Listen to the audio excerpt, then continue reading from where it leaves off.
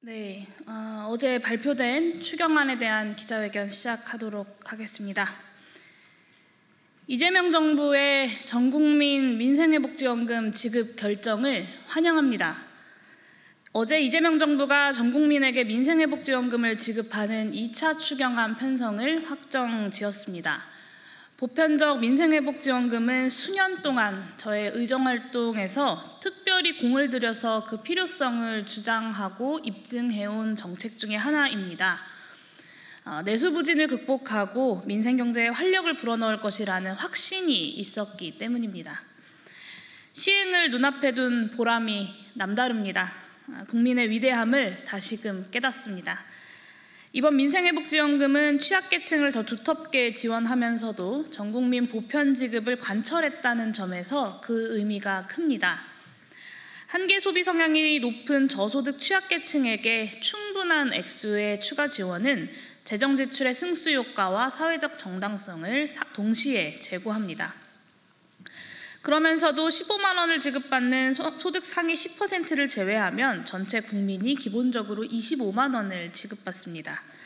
전국민 보편 지급은 누구도 소외시키지 않는다는 점에서 공동체적 통합력을 높일 것입니다.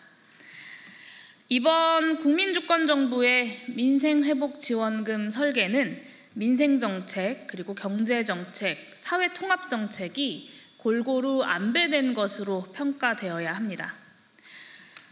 또한 윤석열 정부와 국민의힘의 긴축 일변도 재정정책과 결별한다라고 하는 새 정부의 결단이 있었기에 이 절묘한 정책 배합이 가능했다는 점도 이번 민생회복지원금 결정의 중요한 의미라 할 것입니다. 전임 정부로부터 물려받은 어려운 재정 여건 속에서도 재정의 적극적 경제 역할을 복원하겠다라고 하는 이재명 대통령의 결단이야말로 앞으로 민생회복과 경제회복에 기대감을 주는 중요한 국정운영 기조의 전환입니다. 그럼에도 아쉽게 평가해야만 할 점은 있습니다. 저는 민생회복지원금과 같은 내수진작 경제정책이 우리 경제가 정상회복 궤도에 들어설 때까지는 상시화될 필요가 있다라고 주장해왔습니다.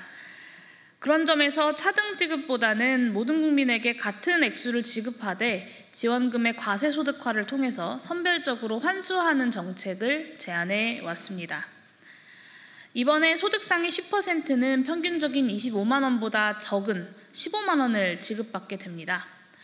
상위 10%의 선별에 드는 행정 낭비는 물론 그 소득을 어느 때 기준으로 어떤 대리지표로 확정할 것인지를 놓고 여전히 형평성 문제가 잠복해 있습니다. 지원금의 과세소득화는 지원금을 지급받는 바로 그 해의 소득을 기준으로 소득이 클수록 차등적으로 더 많이 환수될 수 있으므로 행정적 효율성을 제고하고 형평성 시비를 불식시킵니다.